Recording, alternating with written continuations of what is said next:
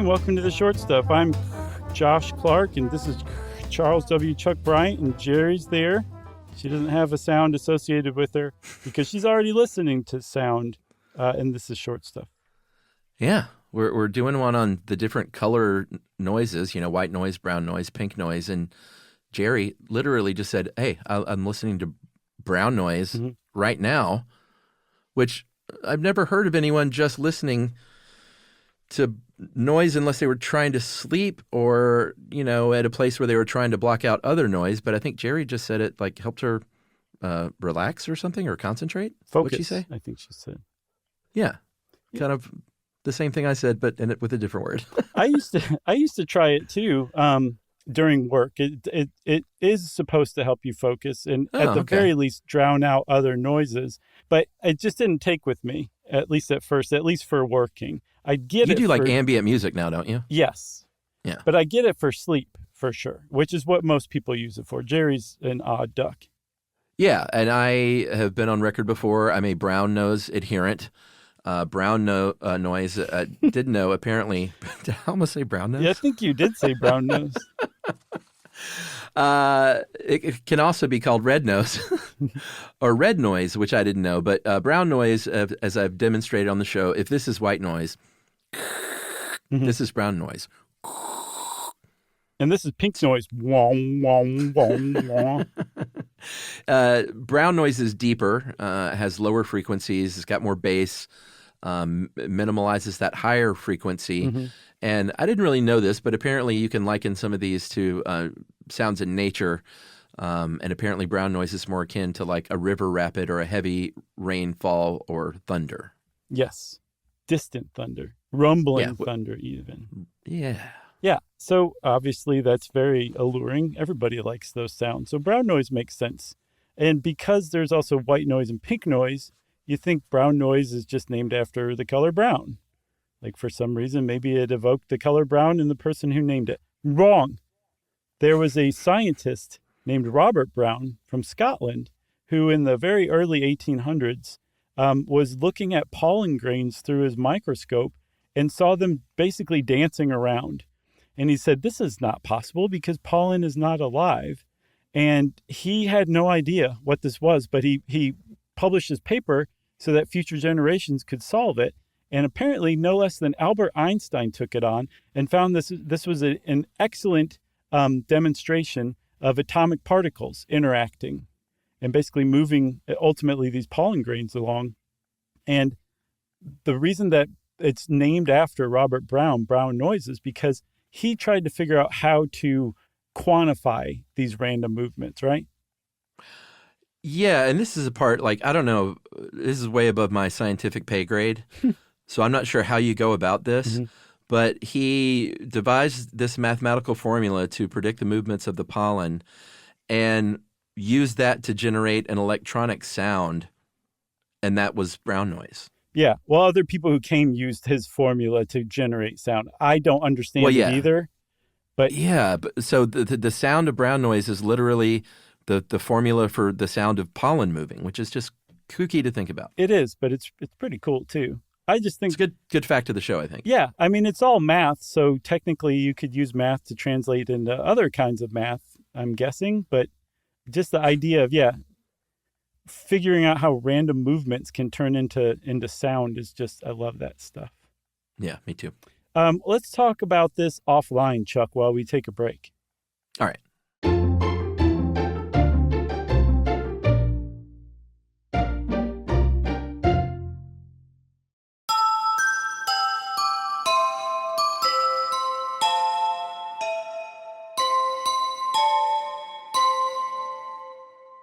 Well, we just had a great conversation about brown noise offline, but now we're going to talk about white noise, the higher cousin to brown noise. Obviously, it does have a range. It's not like it's just high frequency, but it's not as bass heavy. They have the lows in there. They have the mids and the highs. But white noise is used, aside from just sleeping, a lot of times with noise-canceling headphones and stuff, masking other sounds. This one is akin naturally to a light rain or a gentle breeze through the trees. Very Sounds nice. kind of nice too. Mm-hmm. One of the coolest things I learned ever is that in Kyoto, Japan, there is the sound of wind blowing through bamboo in this one park is a protected heritage site. Like the sound itself is protected as a World Heritage. Yeah, and I think I remember talking about that game I played, Ghost of Tsushima. I think that's what it's called. It was the sort of feudal Japanese warrior PS4 game that I played. The sounds in that game, it's a gorgeous game, but the sounds of the wind blowing through the poppy fields and through the bamboo forest, like you could tell it was a thing that they really wanted to capture, and they did so. That's cool. I think you're confusing that with Qbert. Yeah. Dying.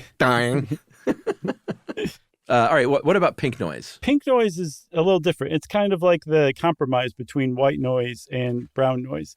Because the white noise includes all frequencies, a lot of people are like, I don't like those high frequencies, especially when I'm trying to sleep. But I'm not down with just nothing but the low bass heavy stuff. Give me some mid-range and maybe accentuate the lower and higher things a little bit, but not too much. And if you do that kind of stuff, you have pink noise. Yeah, and I just realized I have my app here. I might as well figure out what pink noise sounds like because I wasn't exactly sure. So we can just play this if that's all right with you. Yeah, go ahead. So that's pink. Yeah. That's white. I could have guessed that. Well, I mean, that does sound like ocean waves. That's brown. Okay. But my app has a bunch of other colors, and I'm not sure if this is like, hey, let's just go crazy. But there's also purple noise, blue noise. Which app? Are you talking about Dwellspring? No. This is a different one. But our friend actually developed a white noise app, right? Yeah, it's called Dwellspring. The guy who created our website, Brandon Reed, friend of the show, and just friend in general, and also one-time world record holder, Guinness record holder of the 400-meter piggyback. Man, what a dude. Yeah, he created just a world-class sound generator app. And in addition to all the different colored noises, he also has things like a box fan, the airplane cabin sound. That's the one I use on my app. But I forgot Brandon had his. I'm going to switch over just to support Yeah, Brandon. It's really great. I mean, it's a really good app. The one that got me was crackling fireplace in a thunderstorm. Oh, buddy. That is niche. Yeah, exactly. So that just put me to sleep thinking about it. Go check out Dwellspring. It really is a good app. And I think it's everywhere you can get apps. I'm sure it is. Nice work, Brandon. So back to the noises, like as far as which one is best for sleep, there have been some very middling studies over the years. We'll mention a few of them, but the problem with these is, in 2017, they were like, hey, let's get 8 people in here and watch them sleep. Or the one in 2016, they got 16 people. There's just never a lot of folks, I guess, bed space is probably not the easiest thing to do unless people are doing this at home. But at Oxford in 2017, they got those 8 people, and they said that they fell asleep 40% faster listening to white noise, but their overall sleep was about the same. Okay. But still, falling asleep, not being able to fall asleep is a part of insomnia. Not being able to get back to sleep is another part of it too. So yeah, I mean, I would say that's great. A year before, somebody decided that they wanted to see how much better you could recall vocabulary words if you slept using pink noise. Yeah. And I guess they found that 16 young adults who slept with pink noise had slightly improved recollection of vocabulary words. So they were like, and pickle. Whereas the control group couldn't ever remember pickle. They were like, the green thing that was a cucumber once. Right. They're like, man, I should have slept with pink noise. There was a study in 2017 from Northwestern of 13 older adults, and they said pink noise provided deeper sleep overall and improved, again, ability to recall words. And again, that word was pickle. That's right. There was a study in Iran. This is probably the most robust of all of them. They looked at 60 elderly coronary patients. And they said half of you are going to sleep with white noise. The other half are not going to have white noise, but all of you are in a hospital.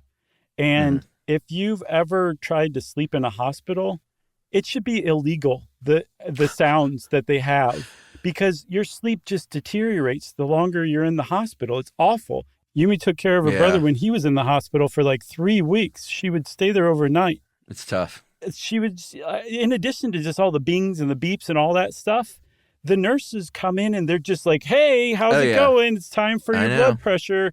And it's 3 a.m. And that happens every, there's something that wakes you up every 20 minutes. And it's just so nuts that hospitals are just so aloof about that when we all know how important sleep is. And then nutrition in hospitals is abysmal as well. I should say American hospitals. Yeah. I just wanted to go off on that because it is something that should be fixed and remedied. No, it's tough if you've ever had to be at a hospital for a long time supporting somebody or just, being the patient. It is hard to sleep. The beds are not great. And they're always throwing on those fluorescent lights right when you're dozing off. It'd be like going to get your tires changed at Sears and they keep tacks all over the floor. Like they're just sabotaging themselves and doing what they're supposed to be doing, which is healing. Yeah, that's a good point. And we should say the results of the study in the control group, they found the quality of sleep degraded as they obviously spent multiple nights there with all those beeps and let me check your blood pressures happening. Mm-hmm. Once they had the ones who had the white noise, their quality of sleep remained basically the same throughout their stay. So it did not degrade over time. Yeah, not bad. Which is great. Yeah, for sure. I mean, just put a white noise generator in every single room or give every patient Wellspring. Yeah, exactly. Or, there's that app. There's other apps. There are standalone sound machines that you can get. That's just a little thing that you put beside your bed. Mm-hmm. Or maybe Jerry has beside her desk at work so she can sleep on the job. And then as far as how to use it, that's up to you. Depending on what noise does best for you, try different ones out. The volume, try some different ones out. I find that I get my very best sort of put me to sleep stuff when I run it through an actual speaker instead of just through my phone speaker, because that you get some more deep bass resonance. Oh yeah.